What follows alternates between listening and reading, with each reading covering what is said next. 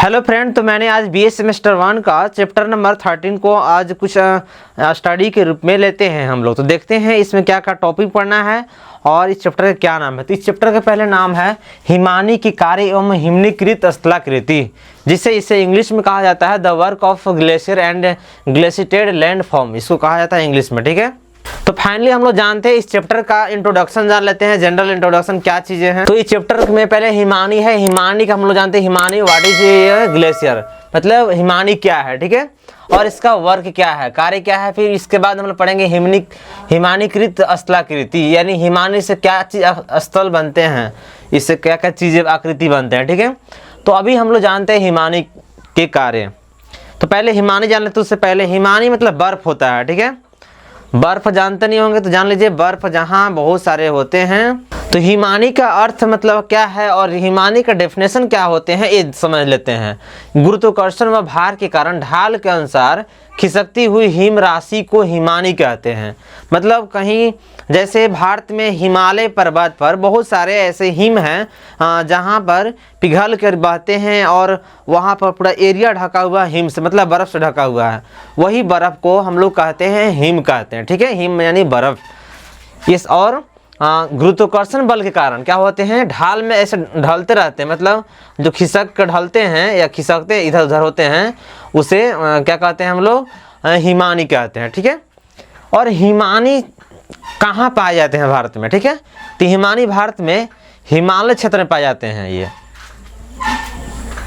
भारत में हिमानी कहाँ पाए जाते हैं, अधिकतर जो हैं हिमालय में पाए जाते हैं, अधिकतर के बात यहाँ हो रहा है। ठीक है, और इनमें से जो बहुत सारे हैं ऐसे हिमालय हुआ और जितने भी हिमालय से संबंध में है, जितने भी सटे हुए क्षेत्र हैं, वो सभी क्या चीज़ है, हिमालय ढका हुआ क्षेत्र है। ठीक है, तो अब जानते हैं इनमें प्रमुख कौन कौन से हैं। हिमालय में कुछ ग्लेशियर हैं जिसमें नाम है ससाइनी, नाम है ससाइनी, सियाचिन नाम है, बियाफो नाम है, बाल्टोरो नाम है, हिस्पार और रिमो और बाटुरा, केदारनाथ, गंगोत्री, कंचनजंगा, ये सब ग्लेशियर का प्रमुख ये सब हैं। ठीक है, मतलब यहाँ इस क्षेत्र में मतलब अधिकतर ये बर्फ पाए जाते हैं और इसका ये प्रमुख है, समझ सकते हैं। ठीक है, अब ये पूछेगा इससे जिस भारत में सबसे बड़ा जो ग्लेशियर है कौन है, तो इसमें ग्लेशियर से बड़ा सबसे सियाचिन है। ठीक है, सियाचिन ही है। और इसमें जानेंगे लोवेक के अनुसार। अब हिमानी का डेफिनेशन ये बहुत तरह के दिए थे बट इसमें लिखे कितने हैं, एक थे, केवल लोवेक का है ना। लोवेक अपने थॉट में हिमानी का डेफिनेशन क्या दिया, हिमानी को बर्फ का नदी माना है। किसने माना, लोवेक।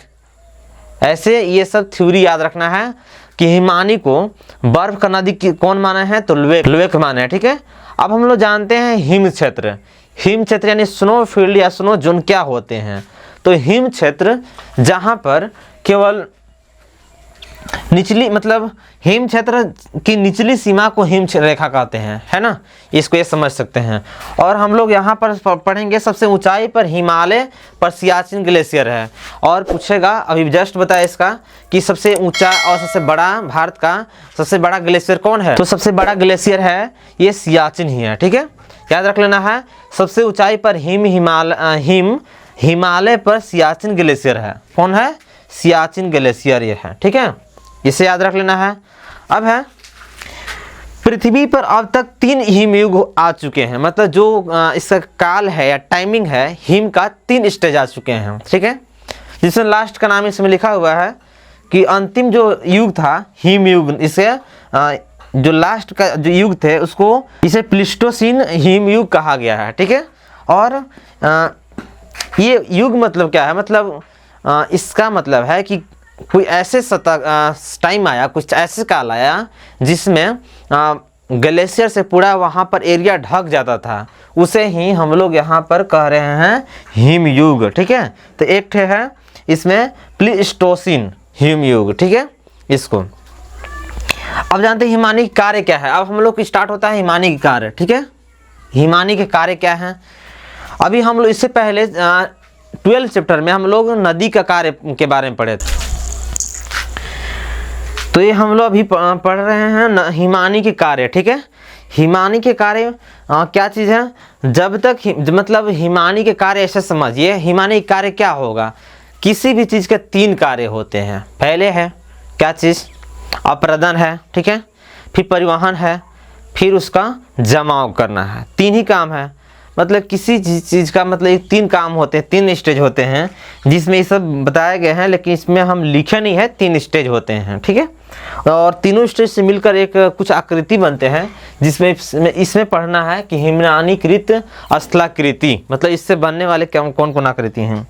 तो पहले जान लेते हैं हम ये वाला कि हिमानी के कार्य क्या है। जब तक हिम गति नहीं करता है तब तक भूमि को रक्षा करता है। एक और कार्य करता है ये, तब हिमानी कार्य क्या हो गया, हिमानी कार्य अगर मान लीजिए जहाँ पर हिमान यानी बर्फ पूरा ढका हुआ है, उस एरिया का मतलब जो भूमि है या ज़मीन है वहाँ पर वो सेफ है, ठीक है, ये सेफ रखता है। जब तक हिम ने बर्फ गति नहीं करता है तब तक क्या होता है, भूमि को रक्षा करता है।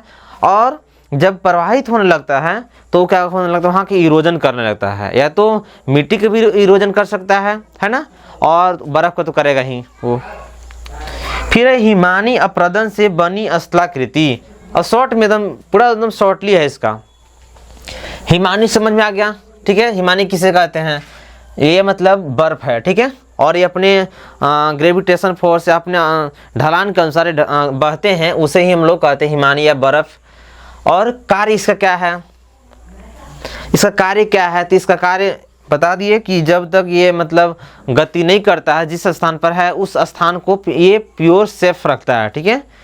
और जब ये मतलब ये गति करने लगता है तो ये अप्रदन होने लगता है, ठीक है। अब हिमानी अप्रदन से कार्य सॉरी स्थलाकृति, इससे हिमानी कार्य जो हुआ इससे स्थल क्या बने, इसको बारे में जान लेते हैं। तो ये जो है स्थलाकृति यू आकार की घाटी बनाती है, ठीक है। ये यू आकार की मतलब जब बर्फ बहती है पिघल करके तो ये अपने मतलब यू आकार की घाटी बना लेती है। और ये यू आकार की घाटी कहाँ कहाँ पर है, यूएसए में है। यूएसए की एक मोसोमाइट घाटी है, ठीक है। ये सब अगर ऐसा क्वेश्चन आए कि हिमानी अप्रदन से कोई स्थलाकृति का नाम बताएं, ठीक है, तो स्थलाकृति के नाम यह मतलब यूएसए के मोसोमाइट घाटी है, ठीक है। अब आते हैं लटकती घाटी, ये और बहुत तरह के स्थलाकृति बनते हैं। लटकती घाटी क्या, लटकती घाटी में ये आल्प्स की व रॉकी पर्वत, ये मतलब अधिकतर जो लटकती घाटी है कहाँ मिलते हैं, आल्प्स और रॉकी पर्वत के पास मिलते हैं, बहुत ही मतलब लटकती घाटी, ठीक है। इसमें ज़्यादा कुछ खास नहीं है। अब देखते हैं हम लोग क्वेश्चन, ठीक है। तो अस्थाई हिम के प्रदेश को कहते हैं, क्या कहते हैं, हिमधोत मैदान, हिम क्षेत्र, हिम चादर, हिमशिला। और ये ऑप्शन चारों है, अस्थाई हिम के प्रदेश को कहते हैं, क्या कहते हैं, हिमधोत मैदान, हिम क्षेत्र, हिम चादर और हिमशिला। इसका आंसर क्या हो सकता है, अगर अतः पता है तो बता सकते हैं। तो इससे पहला के जो है बी हो जाएगा इसका आंसर, ठीक है। हिम क्षेत्र यानी अस्थाई हिम, जो अस्थाई हिम अभी बताए थे शायद, इसमें अस्थाई हिम यह देखिए है शायद, मतलब इसमें अस्थाई हिम को हम लोग कहते हैं, नहीं दिया हुआ है तो कोई बात नहीं। अस्थाई हिम को प्रदेश को क्या कहते हैं, हिम क्षेत्र कहते हैं, ठीक है। अब है दूसरा क्वेश्चन है, प्लीस्टोसिन है एक, क्या एक है, हिमानी, हिमोड़, हिमयुग, हिम क्षेत्र। इसका क्या हो सकता है, फिर से क्वेश्चन कि प्लीस्टोसिन है एक, हिमानी, हिमोड़, हिमयुग और हिम क्षेत्र क्या होगा, इसमें हो जाएगा हिमयुग हो जाएगा। ये हिमयुग में प्लीस्टोसिन मतलब ये हुआ था, ठीक है। हिमानी अप्रदन की प्रक्रिया में हिमानी अप्रदन की प्रक्रिया में सम्मिलित नहीं है। हिमानी अप्रदन की प्रक्रिया में क्या नहीं है, सम्मिलित नहीं है। क्या नहीं है, अपघर्षण, सन्निघर्षण, घोलन, उत्पाटन, ये क्या है, इसका सी हो जाएगा। ये घोलन नहीं होते हैं, ये होते हैं लेकिन ये नहीं होते हैं, ठीक है। अब देखते हैं चौथा क्वेश्चन, हिमानी द्वारा परिवहित किया जाने वाला कुल पदार्थ कहलाता है। हिमोड़, रोड़ा, हिम, अपोड़। हिमानी द्वारा परिवहित किया जाने वाला कुल पदार्थ कहलाता है।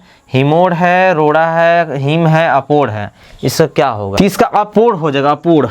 ठीक है। अब टॉर, 5वां क्वेश्चन टॉर्न है। क्या है? एक लघु झील है, एक पहाड़ी है, एक हिमानी है, एक हिमोड़ है। इसका क्या हो सकता है? ए हो जाएगा आंसर, यानी लघु झील है। टॉर्न क्या है? एक लघु झील, छोटा झील है। छठा में श्रृंग व पूंछ स्थलाकृति बनती है। हिमानी के मतलब श्रृंग व पूंछल स्थलाकृति बनती है हिमानी के। क्या बनते हैं? अपरदन कार्य से, निक्षेपण से कार्य से और संरक्षण से, अपरदन प्लस निक्षेपण से। इसका छठा की कौन हो सकता है? ये हो जाएगा अपरदन और निक्षेपण से बनते हैं। ठीक है, ये श्रृंग और पूंछ जो बनते हैं अपरदन और निक्षेपण से बनते हैं। ठीक है। अब 7वां क्वेश्चन कि धूलकूप हिमानी के किस भाग में बनते हैं? तली में, पार्श्व में, ऊपरी सतह पर, मध्यवर्ती भाग में। इसका हो जाएगा सी, यानी ऊपरी भाग में होते हैं। फाइनली आज चैप्टर नंबर 13 भी खत्म हो गया BA सेमेस्टर 1 का। वीडियो देखने के लिए बहुत बहुत धन्यवाद। मिलते हैं नेक्स्ट वीडियो में। Thank you.